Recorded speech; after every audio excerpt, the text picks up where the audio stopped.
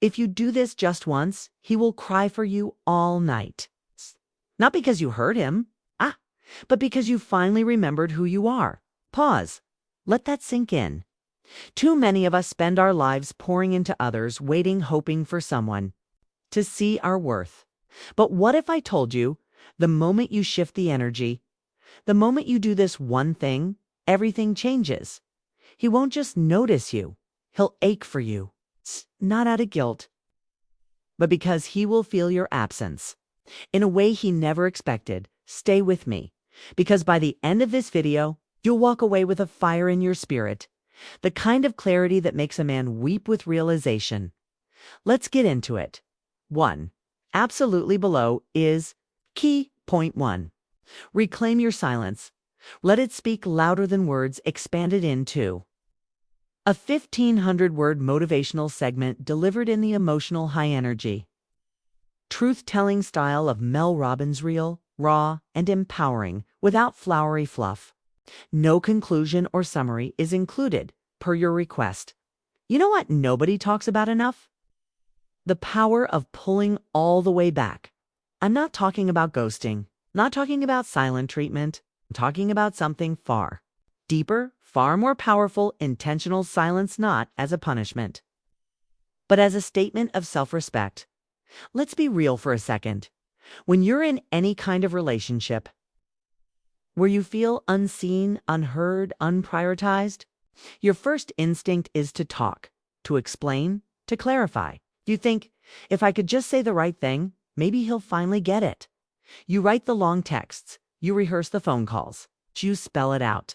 This hurt me. It's bothered me. I just want you to understand.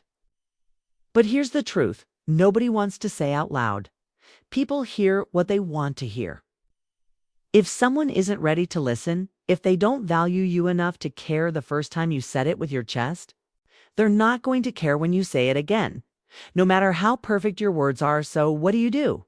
You stop talking. Yes, you heard me. You stop. You get quiet, not from pettiness, not from spite, but from peace. Because you realize something powerful. Your energy is your currency. And you are no longer going to keep spending it on someone who doesn't know how to invest in you properly. Let me paint you a picture. Imagine you've been trying to have a conversation for weeks. Every time you bring up something important, he shuts down. Or worse, he deflects. Maybe he tells you you're overreacting, being too emotional, or overdramatic. You think if you just explain better, say it calmer, maybe even be a little softer, maybe he'll finally understand. No, he won't. Because it's not about how you're saying it. It's about the fact that he's not listening. So what happens when you go silent? I'll tell you exactly what happens. It creates disruption. The human brain is wired to crave patterns and predictability. He's used to you being there. He's used to the texts, the check-ins, the emotional labor you've been doing to keep the relationship running smoothly. When you remove your voice, your energy, your presence, that pattern breaks, and the brain goes into what's wrong mode. He'll start thinking, obsessing, wondering, not because you manipulated him, but because for the first time, he has to sit with himself. He has to sit with what it feels like to not have you filling in the emotional gaps, to not have you smoothing things over.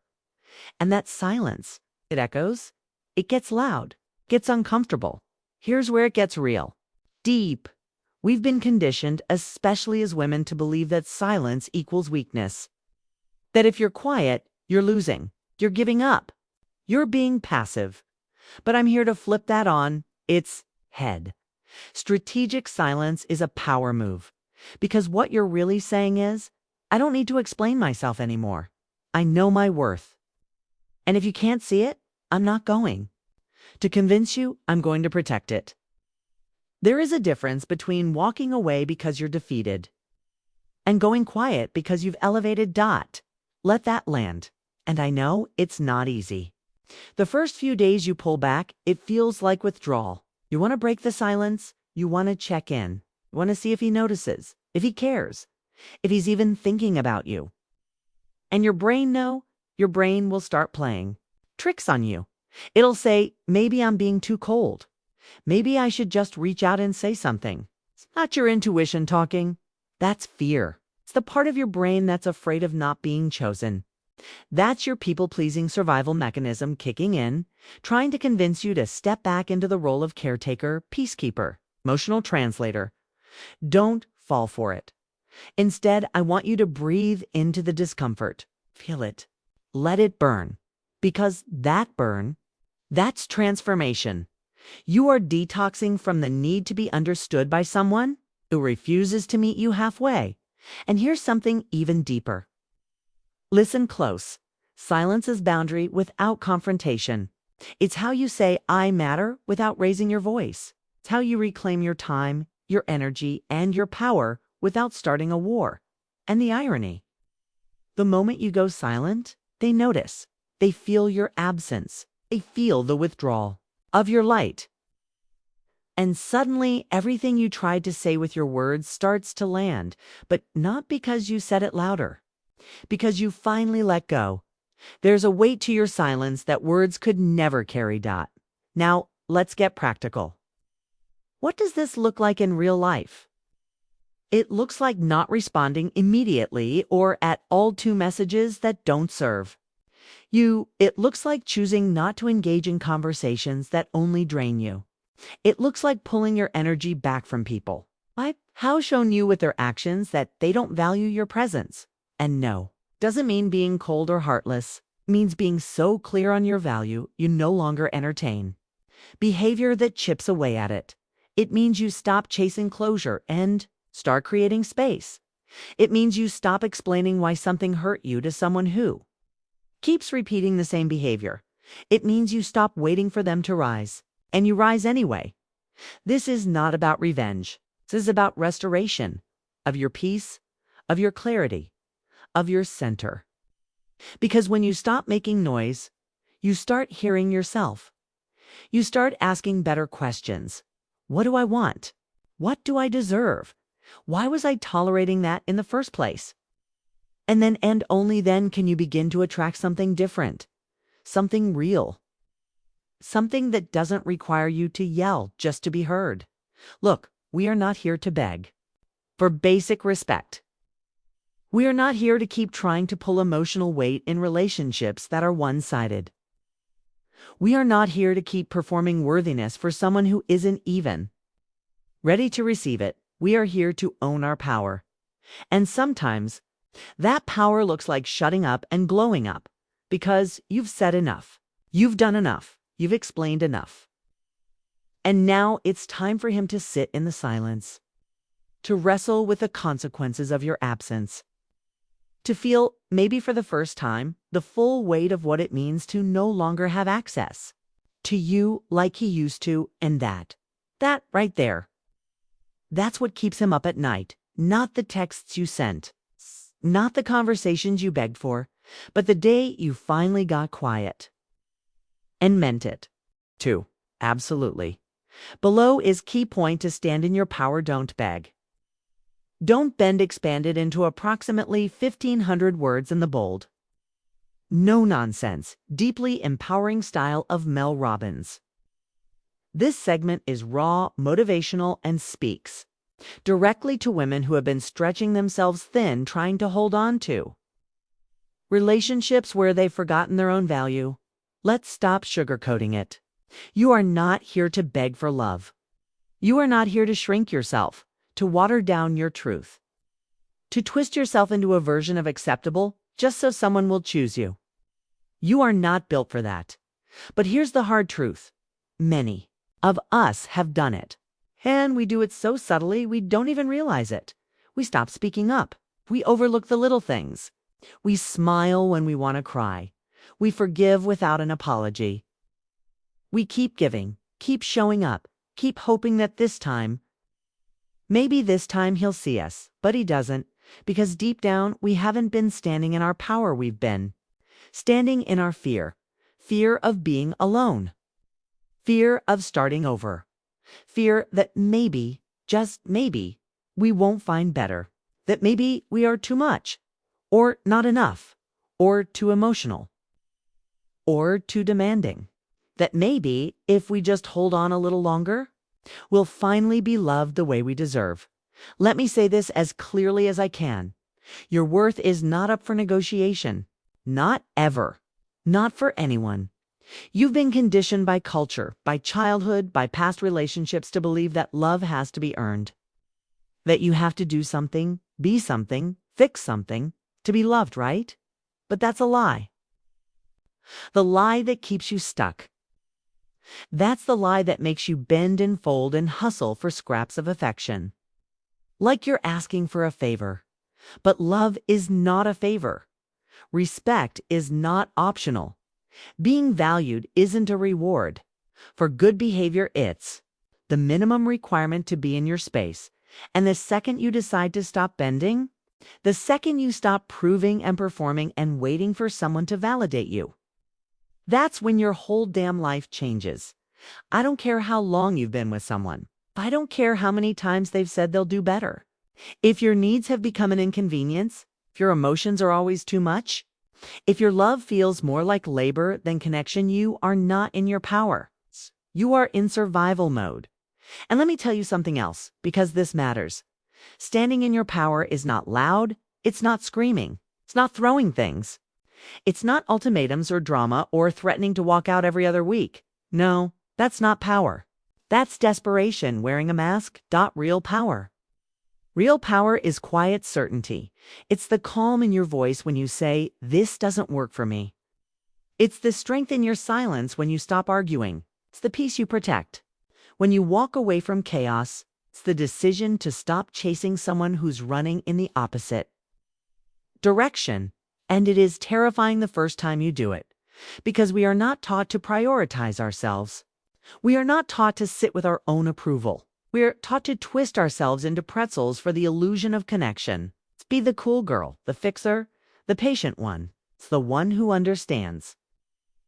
But let me ask you something. Who's understanding you? Who's showing up for you with the same level of consistency, energy, and love you keep pouring out? If you can't keep pouring from an empty cup, you can't keep bleeding emotionally for someone who won't even offer you. A-ban-a. So what does standing in your power actually look like? It looks like no longer apologizing for having standards. It looks like not trying to make someone stay who keeps showing you they want to leave. It looks like refusing to shrink because someone else is intimidated by your fire. It looks like being okay with disappointing someone if it means you're finally not disappointing yourself. And yes, it's going to hurt. It's going to hurt like hell the first time you set a boundary and someone doesn't like it.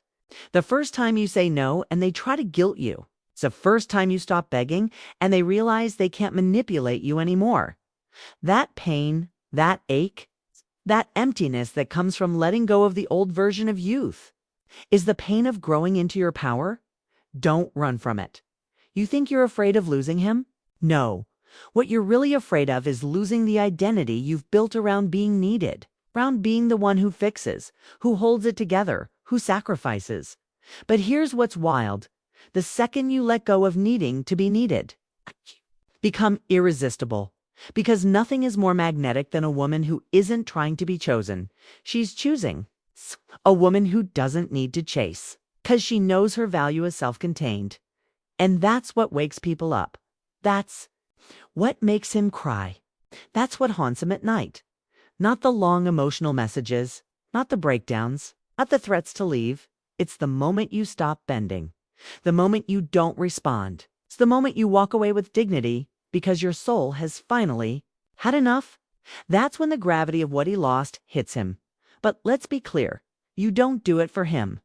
You don't step into your power to punish someone or manipulate their feelings. You do it for you because you've spent too many nights crying over someone who wouldn't even pick up the phone. You've spent too many days anxious, overthinking, doubting yourself because someone else refused to show up fully. You've wasted too much time waiting for permission to take up space in your own damn life. And today, that ends. You're allowed to want deep love. You're allowed to need presence, communication, effort. You're allowed to be high maintenance emotionally because you maintain yourself. Let that sink in. You are not too much. You are not hard to love. You are not asking for too much. You are just asking the wrong person. And when you finally stop asking, when you finally take a breath, unclench your fists, and let go of the belief that you have to do something to keep someone around, that is when you become untouchable, because now you're in your power. You're not reacting, you're choosing. Okay, now you're not afraid of being alone. You're afraid of abandoning yourself again. That's the shift. That's the moment. You wake up one day and you realize, I don't want to convince anyone anymore. I don't want to manage anyone else's emotions. I don't want to audition for love. I just want peace, consistency, realness. And if that threatens someone, they were never for me. That's power. Not bending anymore. Not begging. Just being rooted in your truth and letting the rest fall away. Because anything built on pretending, explaining, or tolerating is going to collapse eventually. So you build something else, something solid, something sacred, something worthy of who you've become. And you do it by starting here today with a simple, unshakable decision. I will no longer bend just to be held. 3. Absolutely. Below is key point 3. Embody the unexpected shift, the dynamic entirely. Expanded into approximately 1,500 emotionally charged. No fluff words in the Mel Robbins style: bold, brutally honest, deeply empowering, and action-oriented. Let's talk about shock value, not in the petty, manipulative way. Not games, not drama, but real, authentic disruption. Because sometimes the most powerful thing you can do in a relationship, especially one that has grown stale, one-sided, or imbalanced, is to change the entire script. Do what they don't expect. Do what you don't expect. Flip the damn table on the way the dynamic has always worked. Because here's the truth. We get stuck in emotional patterns. And in relationships, those patterns become scripts. He pulls away, you chase. He forgets to call. You remind, he gets cold. You'll get warmer. It's automatic, predictable. And in that predictability, you lose yourself. Every time you respond the same way, every time you react with the same energy, you reinforce a system that keeps you emotionally trapped. Kay knows your moves before you make them. He knows you'll reach out. He knows you'll forgive. He knows you'll stay. And then one day, you don't. That's the move. That's the power play. That's where everything begins to shift. Because the moment you decide to interrupt the pattern, to no longer play your old role, is the moment you introduce uncertainty. And let me tell you, uncertainty is electric. Shakes people awake. It forces them to recalculate. Forces them to feel. Here's what I mean. Let's say every time there's a conflict, you're the one who fixes it. You're the glue, the bridge, the therapist. You calm him down, talk him through, find the common ground. If you don't want to fight, so you bend. You apologize first, even when you're not wrong. And he's gotten used to that. He expects you to fold, to soften, to fix it. So one day, let the silence hang. Let the conflict sit. Let him sit in the discomfort for once. And here's what happens. You trigger a completely different part of his brain. Because you've just stepped out of the script. And now, he doesn't know what happens next. That's power. That's not manipulation. That's evolution. You've evolved out of an emotional system that was only serving one side. And now, he has to do the work of re-engaging. He has to reach. He has to wonder. He has to feel the loss of the emotional certainty you used to provide. And it's not just about conflict. It's in every interaction. Maybe you've always been the overly available one. It's to drop everything to be there for him, woman.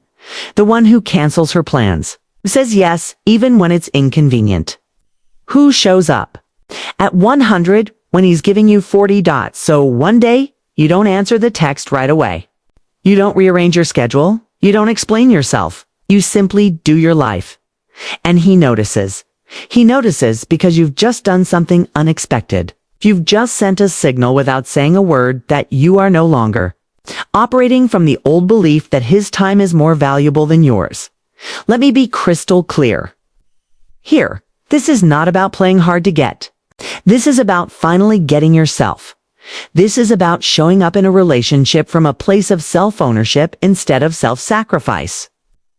This is about rewiring the dynamic not to punish but to rebalance. It's saying, I love you, but I love me more. I care, but I care enough to stop enabling a version of this connection that leaves me empty. I'm done being the emotional workhorse for someone who doesn't carry his weight. You want change? Be the change. Not with ultimatums, not with lectures. With behavior. Because when you start showing up differently, you give them a choice. Evolve. With you or be left behind. And yes, that's scary. Because what if they don't evolve? What if they don't rise? But let me tell you something that will set you free. If someone only loves you under the condition that you keep playing small, keep self-abandoning, keep over-functioning, that's not love. It's control. That's convenience. That's codependency masked as connection. True love, real love meets you where you grow. Let that sink in now. I know what some of you are thinking, but if I stop doing all the things I do, won't he just stop showing up at all? Maybe, and that's the truth you need to face head-on. If the only thing holding your relationship together is your over-effort, then the relationship is not built on mutual love, it's built on imbalance. And the longer you feed that imbalance, the deeper your resentment grows. The more exhausted you become, the more lost you feel, so you interrupt the pattern. You start saying no. You start holding space instead of filling it. You start choosing curiosity over control. You stop explaining yourself to someone who keeps making you feel like you're too much, or simply having needs. And here's what's wild. When you shift your energy like this, you start seeing everything clearly. You see who steps up and who disappears.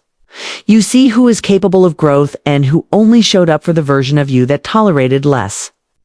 You see whether the bond was real or simply convenient. And you begin to feel free because you're not waiting anymore. You're not managing.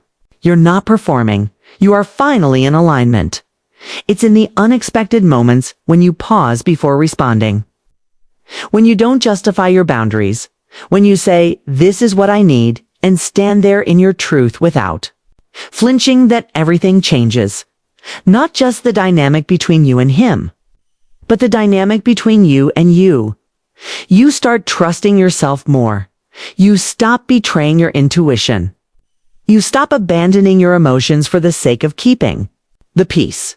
And you start showing up in your relationships from a place of wholeness. You don't need to scream. No, you don't need to threaten. You don't need to become someone else. You just need to do something different. Because repetition is the death of desire. And when you keep repeating the same dynamic, nothing shifts.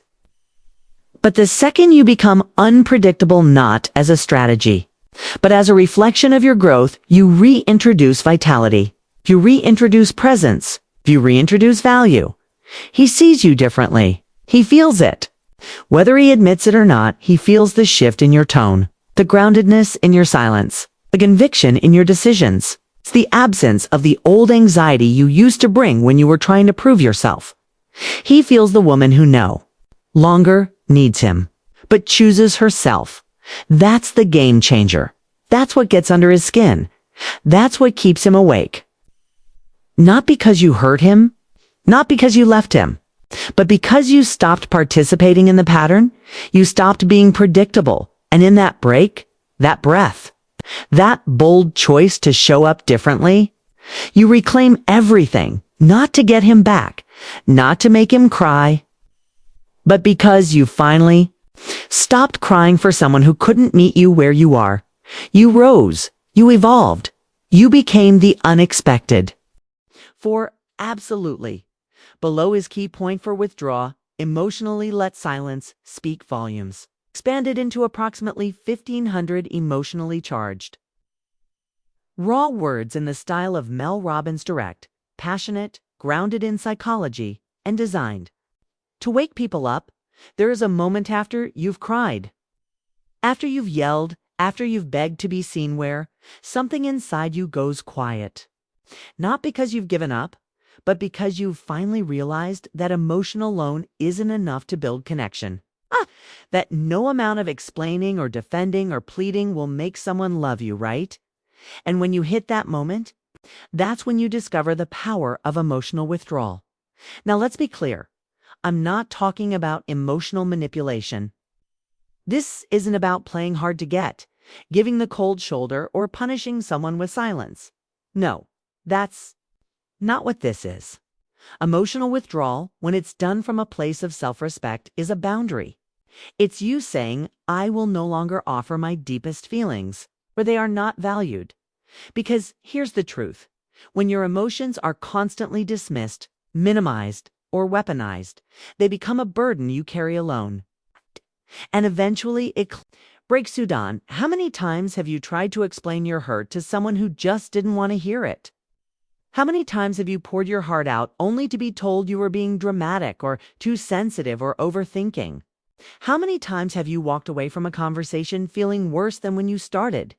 It confused, ashamed, like you were the problem for simply wanting to feel understood. That's the emotional death by 1,000 cuts. And it stops.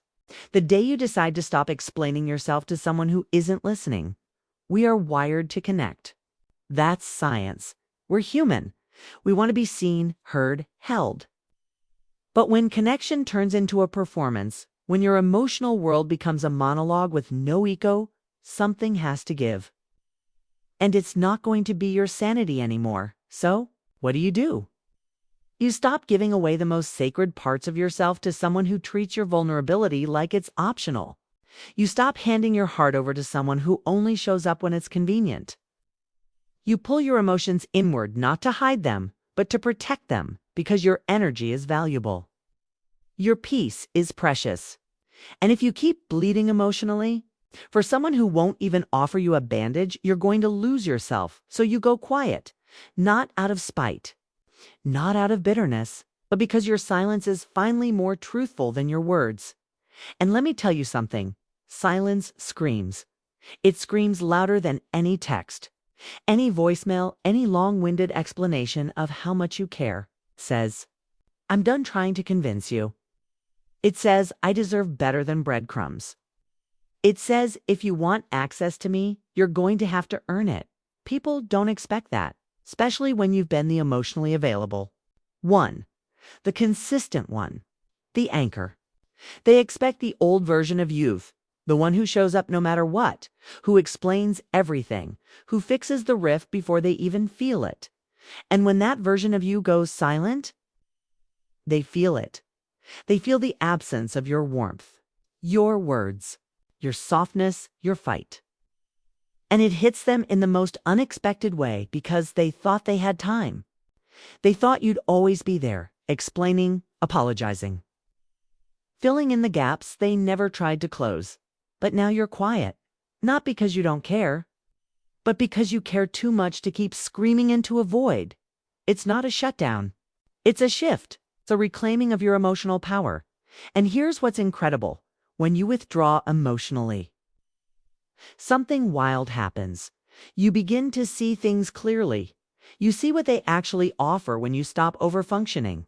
You see what kind of partner they are when you're no longer carrying the emotional weight for both of you. You stop romanticizing potential and start observing reality. Because here's the thing, when you're deeply emotional, you often give people the benefit of the doubt. You empathize. You justify. You fill in the blanks with good intentions. But when you step back, when you give yourself space to watch instead of fix, the truth comes into focus. Do they reach out when you stop reaching? Do they notice your silence? Do they ask why you're distant? Or do they just enjoy the quiet? Do they show up with accountability? Or do they just wait for you to reset the emotional system again? That's your answer, not their words, their behavior in the absence of your emotional labor. And I know it hurts. I know withdrawing emotionally feels like a form of grief, because it is. You are grieving the illusion. You're grieving the version of the relationship you hoped would exist. You're grieving the part of yourself that believed, deep down, if you just loved harder, showed up more, communicated better, they'd finally see you. But it's in the silence, in the space between the noise, that healing happens. Because now finally, you're not drowning in trying to get them to care. You've redirected all that energy inward. You're asking yourself the questions: what do I need? What do I feel? What do I want to tolerate moving forward? And you begin to understand something radical. You are allowed to be emotionally safe. You are allowed to choose environments that don't require you to constantly advocate for your feelings. You are allowed to save your softness for people who meet you with softness in return. This isn't just about relationships. It's about your entire life.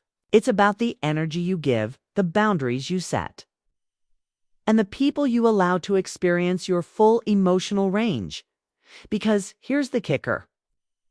When you withdraw emotionally from the wrong people, you create space to be seen by the right ones. And that includes you. Because guess what happens when you stop pouring into someone else? You start pouring into yourself. And that changes everything.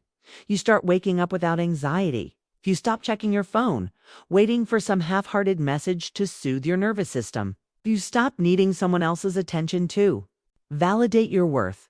Instead, you find peace in your own silence. You find strength in your own stillness. You realize that your emotions are not too much. They're just not for everyone. Let me say that again for the people in the back.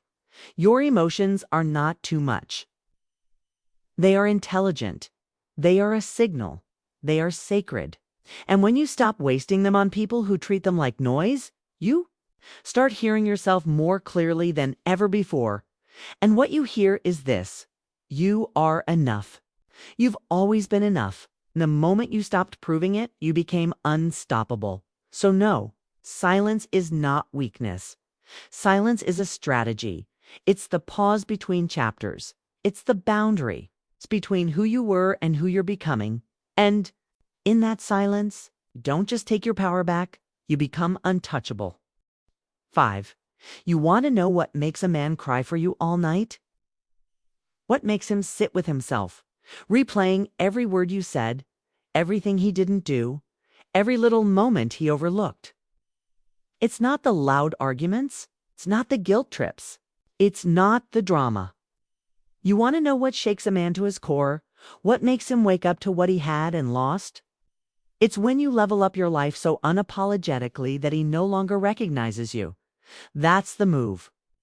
That's what flips the script. It's when you stop focusing on fixing him and start pouring every ounce of energy into building you. It's when you stop chasing closure and you start chasing your potential. Let me break this down for you.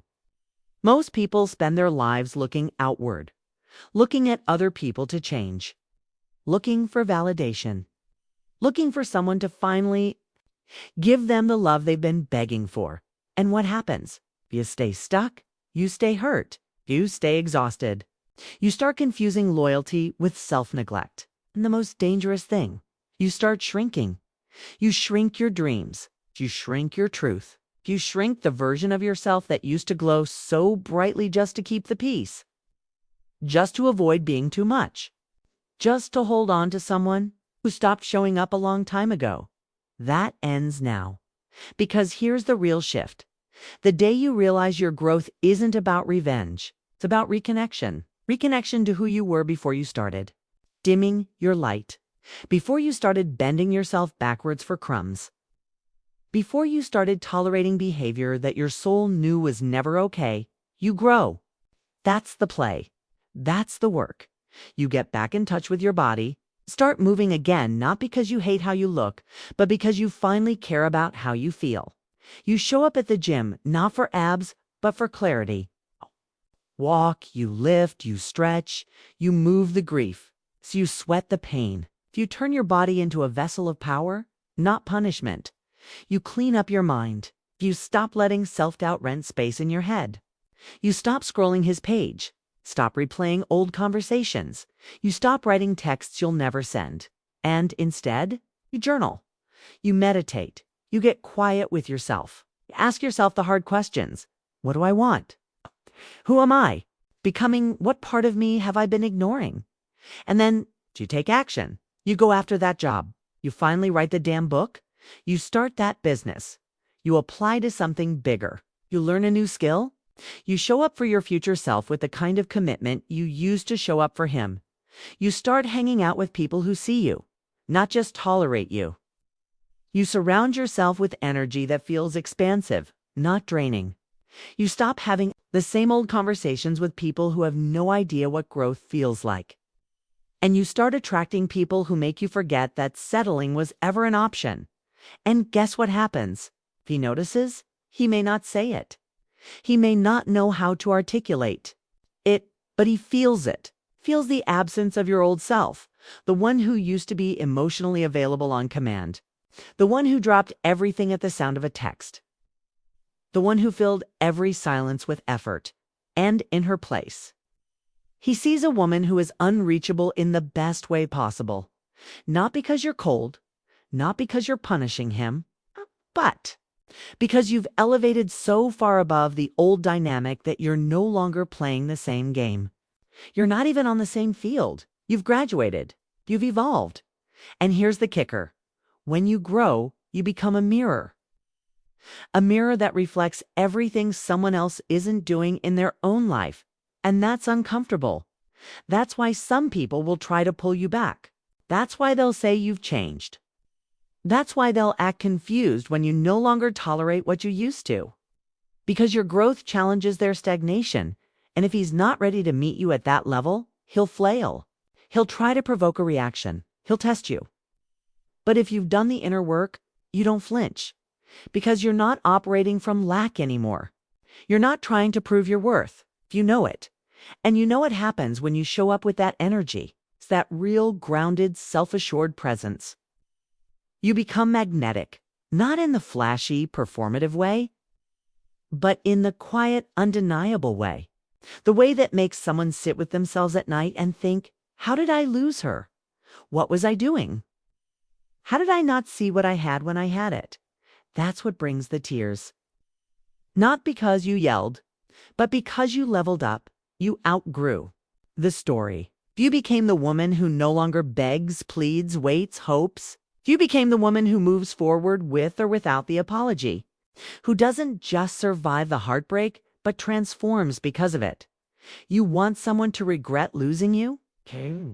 Make it undeniable, not through petty posts, not through silence laced with resentment, but through presence, through the way you carry yourself, through the way you glow differently, through the peace in your energy, through the joy that's no longer dependent on whether he calls or not. Because you know who cries at night? Not just the person who's been left, but the one who finally sees what they didn't value until it was gone. And if you're doing this right, Tiff, you're truly stepping into your worth. You won't be watching to see if he cries. You'll be too busy building a life that makes you cry out of pride, out of peace, out of finally knowing that you chose yourself. That is what changes everything, not the reaction, but the transformation. Because when you rise like that, when you take your pain and turn it into progress, when you grow so deeply that the old version of you no longer fits, that's not just healing, that's power. 6. Let's talk about something that most people are afraid to say out loud. Sometimes, it's the most powerful thing you can do in a relationship is stop trying to prove your worth. Stop trying to win someone over. Stop chasing them with your energy, your words, your efforts, your love. It's just because the moment you let go of that need to be chosen, you start choosing yourself. And that shift, that's when the whole dynamic changes. We spend so much of our lives in this quiet, desperate performance. We try to be agreeable. We tone ourselves down. We soften our opinions. We delay our needs, all for the sake of connection, all for the sake of being loved. We think, if I'm easygoing enough, if I'm patient enough, if I give enough space, if I support him the right way, maybe, just maybe he'll finally step up. He'll finally see me. He'll finally choose me back. But you know what? That kind of love isn't love. Self-abandonment. And the crazy part is, we don't even realize we're doing it. We call it being supportive. Call it compromise. We say, he's just going through something. We convince ourselves that being quiet, patient, and flexible is noble. That being low maintenance will make us more lovable. But let me tell you something. If you have to shrink to keep the connection alive, that's not a connection. That's a transaction. That's a trauma bond. And it's stealing your joy. So here's what I want you to understand today. And I want this to hit you right in the chest. You don't need to be anyone's emotional crutch to be worthy of love. You don't need to be the one who holds it all together while he figures himself out. That's not strength. That's codependency wrapped in a smile. You want to know what real power looks like? Real power is sitting in your full truth haven. When it's uncomfortable, it's saying, I need emotional consistency. I need to feel seen. It's ta. I need communication that's mature and grounded. I'm not available for ambiguity. I'm not here to be an option. I'm the whole damn thing. And if someone can't meet that, that's not your cue to try harder. That's your signal to step back. That's your call to hold your boundary not out of punishment, but out of self-respect.c. Emotional detachment doesn't mean you stop caring. It means you stop over-caring. It means you stop prioritizing someone else's comfort over your own well-being. It means you give the relationship space to breathe, instead of constantly trying to resuscitate it. And guess what happens when you do that? Everything gets quiet. And when it gets quiet, people start noticing things. He notices that your energy isn't there. If your reassurance isn't there, your emotional labor is gone. The safety net he got used to, not there to catch him anymore. That's when reality hits. It's when he starts to realize that the version of you who always showed up no matter what, she's evolved. She's not angry. She's not bitter. She's just done performing. And listen, when a man finally feels the vacuum you left behind, the silence, the absence, the missing piece, that's when the weight of everything he took for granted finally crashes into him. That's when the tears show up. That's when the regret kicks in. That's when he's lying awake at night thinking, how did I lose her? And it's not because you begged. It's because you stopped. You stopped chasing. Clarity, you stopped justifying your emotions. You stopped rewriting yourself to be palatable. You stopped showing up for someone who couldn't even meet you halfway. And here's where the real magic begins. When you emotionally detach, you give yourself permission to rise, to grow, to breathe again. You finally stop living in response to someone else's behavior. You stop being hypervigilant, always reading between the lines, decoding texts, managing their moods like it's your full-time job. You start waking up and asking, what do I want today? What do I need to feel whole? You start rediscovering your passions, your purpose, your own identity outside of the relationship.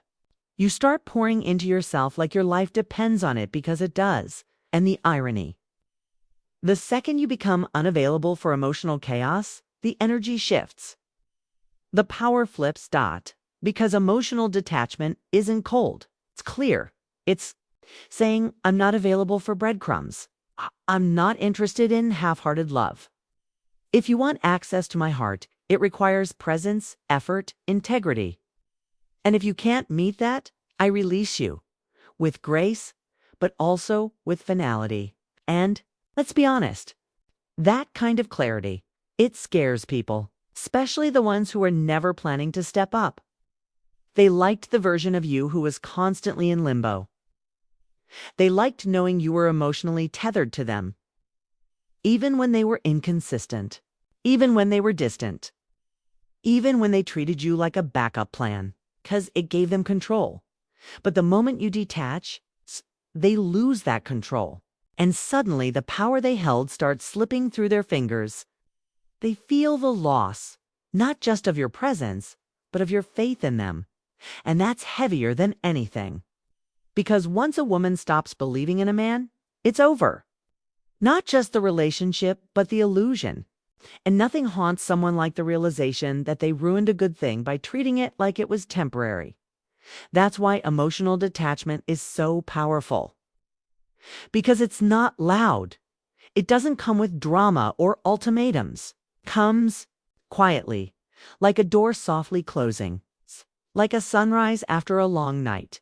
It's you deciding, I'm done begging. I'm done bleeding. I'm done sacrificing my emotional safety just to keep the peace.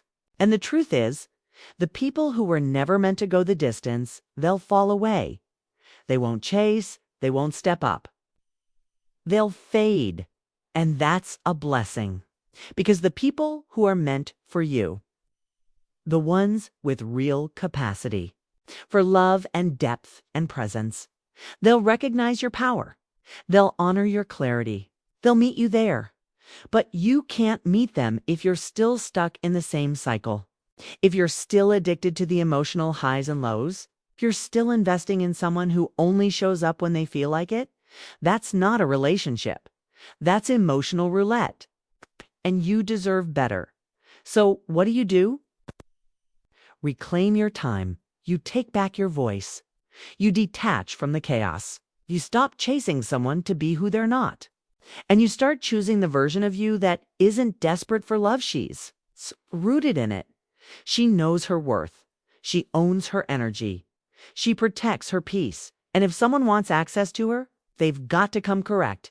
Because when you detach emotionally, not only do you heal, you awaken, you see the truth, you find your power. And that's what makes someone cry for you all night. Not because you punished them, but because you stopped showing up for someone who didn't know how to value you when it mattered most. 7. Let's talk about something that is so misunderstood and yet so life-changing when you finally get it. I'm talking about the power of radical honesty. And not just honesty with him, honesty with yourself. The kind of raw, gut-check truth that makes you uncomfortable. The kind that makes you look in the mirror and ask, what have I been pretending not to see? Because I'm telling you right now, if you want to change your life, if you want to make someone cry for you all night, not from pain, but from realizing they lost something, it starts with you getting brutally honest about what you've been accepting and what you're no longer willing to tolerate. Most of us don't even realize how long we've been lying to ourselves. We lie in the little ways. We say things like, it's not that bad, or maybe I'm asking for too much. Or he just doesn't know how to communicate. We make excuses. We water down our standards. We tell ourselves we're being patient, supportive, forgiving. But what we're actually doing is betraying ourselves over and over. With every single justification. Let me tell you something, Anne. I need this to land with the full weight it deserves. Every time you ignore that tight feeling in your chest, that lump in your throat, that little voice in your gut that says, this isn't right, you abandon yourself every single time. And when you abandon yourself long enough, something dangerous starts to happen. You forget who you are. Forget what it feels like to be respected, seen, held. You stop asking for what you need. You stop expecting reciprocity. You stop dreaming, and instead, you settle. You settle for crumbs. You settle for inconsistency. You settle for good enough. But you're not here to settle. You're here to wake up. And waking up starts with this. The truth doesn't go away just because you ignore it. It waits. It waits in the silence. It waits when you're alone in bed, staring at the ceiling, wondering why your chest feels hollow, even when you're not technically alone. It waits when you're scrolling through messages that don't make you feel loved. It waits when you keep trying to convince yourself that maybe next time will be different. That truth, that's your freedom. So you want to know how to truly shake a man, how to make him feel the depth of what he lost. It's not by screaming or crying or making dramatic exits. It's by getting so clear, so rooted in your truth that your energy shifts completely. That kind of clarity is unshakable. That kind of honesty is magnetic. It doesn't chase, it doesn't beg. It simply is. When you stand in your truth, you stop negotiating with your boundaries. You stop performing. You stop trying to be palatable. You just say it. This is what I need. This is what I deserve. This is what I'm no longer willing to carry. And you say it with your actions, not just your words. You stop engaging in conversations that go nowhere. You stop explaining yourself to people who've shown you they don't listen. You stop pouring into someone who's only ever holding out a thimble. Because here's what happens when you finally speak the truth, not the sugar-coated version, not the edited version, but the whole thing. Everything that's not meant for you starts to fall away. And yes, that can be terrifying. Yes, it can feel like loss. But what it really is, it's a clearing. It's a sacred, necessary clearing for the kind of love and life you were always meant to have but never made space for because you were so busy holding up someone else's mess. And the man who truly sees you, who's capable of meeting you in your truth, he'll feel that shift. He'll feel it in the silence. He'll feel it when you stop over-explaining, when you stop apologizing for your needs, when you stop making space for his confusion, 'cause your honesty will reflect everything he wasn't brave enough to say, everything he avoided, everything he buried under ego and fear. Honesty creates pressure, and pressure reveals truth. He'll either rise to meet you, or he'll shrink away. But either way you win, because you finally showed up for yourself. Now let's go even deeper. Radical honesty isn't just about what's wrong in the relationship. It's about owning your part, too. That takes courage. That takes humility, which means asking yourself, where did I make myself small? Where did I trade self-worth for validation? Where did I keep hoping someone would change instead of accepting who they were showing me they already are? That's hard work. That's uncomfortable work. But that's the real work. Because when you own your part, you stop being a victim of your story. You stop pointing fingers. You stop living in resentment, and you start rebuilding from a place of strength, from a place of truth. And from that place, everything becomes possible. You start to attract people who operate at the same level of integrity. You start building relationships rooted in truth, not fantasy. You start living from your heart, not your fear. Because the truth is, when you've been lying to yourself for so long, honesty feels like rebellion. It feels dangerous. But it's actually the safest thing you can do. Because nothing grows in denial. Nothing heals in avoidance. You've got to face it. You've got to feel it. And then you've got to free yourself. That's when he'll cry for you all night. Not because you manipulated him. Not because you performed. But because your truth finally became louder than your tolerance. Because you finally walked away. Not in anger, but in full awareness. And that kind of exit. That kind of grounded, unapologetic decision. It lingers. It echoes. He'll sit in that silence and remember the sound of your voice when you finally said, I'm done. Not done loving, but done abandoning yourself.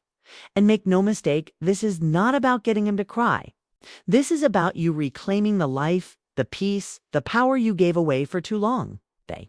This is about you no longer needing someone else to feel your absence, to validate your worth.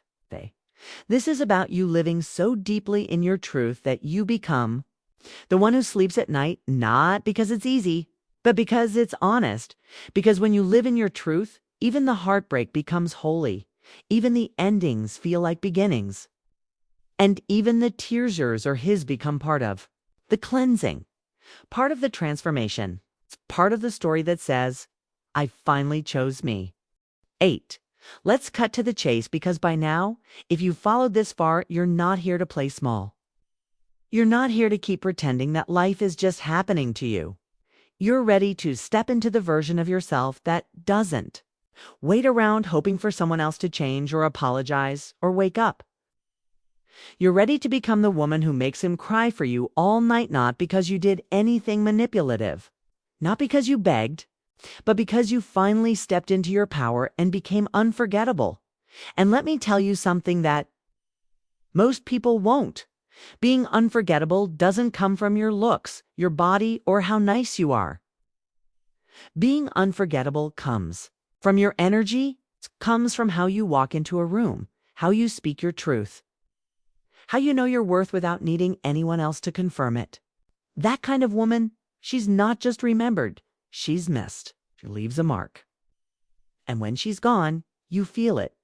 But that energy doesn't come from fairy dust. It comes from doing the inner work. And most people skip that part. They want the love, the attention, the happy ending, but they don't want to face themselves. They don't want to sit in the discomfort of asking, why did I let someone treat me like that for so long? Why did I ignore the red flags? Why did I stay when my soul was screaming to leave? Do you want to become the kind of woman who is impossible to forget? Start there. Start by being brutally honest with yourself. Start by taking radical responsibility for your life. Because once you do that, everything else starts to shift. You stop needing closure. You stop chasing people who only show up when it's convenient. You stop handing out access to people who haven't earned the right to stand next to you. And when you stop handing out that access, you instantly change the dynamic. You're no longer the one waiting by the phone, analyzing texts, replaying conversations in your head, wondering what you did wrong. You're the one who's living. You're the one who's building, moving, healing, glowing. You're the one who's finally pouring into yourself the way you used to pour into everyone else. And listen, people feel that. They notice when your energy is no longer available to them. They notice when you stop participating in the cycle, when you stop being the emotional safety net, when you stop trying to keep the peace. That absence, that silence, that glow, it speaks volumes. And it hits harder than any words ever could. This isn't about making someone suffer. This is about making yourself whole. It's about putting the focus back where it belongs, your healing, your growth, your voice. It's about taking all that energy you've been giving away and reinvesting it in you. You want to know what really makes a man cry for you all night? It's not the fight you had. It's not the message you left. It's the moment he realizes he lost a woman who finally found herself. Because here's the thing, most people don't change until they experience the consequences of their behavior. As long as you keep showing up, making excuses, staying quiet, forgiving before they've even apologized, they have no reason to grow, no reason to reflect. But the minute you step back with clarity, with boundaries, with calm, not cold, but commit creates a void. And in that void, they have to confront the one thing they've been avoiding the whole time, themselves. And I'm going to say something you need to hear, even if it stings a little. Not everyone is supposed to stay in your life. Some people are only here to be a mirror, to reflect the parts of you that still need healing, to wake you up to the places you've been playing small, to challenge you to step into a higher version of yourself. And when their role is done, let them go. With gratitude, with grace. But let them go, because you are not meant to stay stuck in the same story. You are not meant to keep repeating the same lesson. At some point, you've got to say, I love myself enough to walk away from what's not growing me. And that moment, that decision, it's where your power is born. It's in the pause before you text back. It's in the silence after they ghost you. It's in the choice to delete the message, block the number, take a deep breath, and remind yourself, I don't chase. I attract, and I only attract what's aligned with the highest version of me. Now, will that be easy? No. This isn't about ease. This is about elevation. And elevation requires separation. From old patterns, from old beliefs, from old versions of you that tolerated things you'd never allow today. And when he finally realizes what he lost when he's lying in bed, staring at the ceiling, feeling the weight of the silence you left behind, it won't just be about missing you. It'll be about missing the version of himself that felt safe in your presence. Because deep down, he knew you were rare. He knew your love was real. He knew you saw parts of him no one else did, and he let it go. That's what makes someone cry, not drama, not threats, not cute. It's clarity. It's you moving on without bitterness. It's you healing without permission. It's you becoming so grounded in who you are that his access to you becomes a privilege, not a guarantee. And let's be honest, you're not doing this to get someone back. You're doing this to get yourself back. To become the woman who doesn't just survive heartbreak, she transforms through it. Who doesn't just walk away, she rises. And that woman, she's powerful, magnetic. She's unstoppable because she doesn't need someone else to validate her. She doesn't need closure to move forward.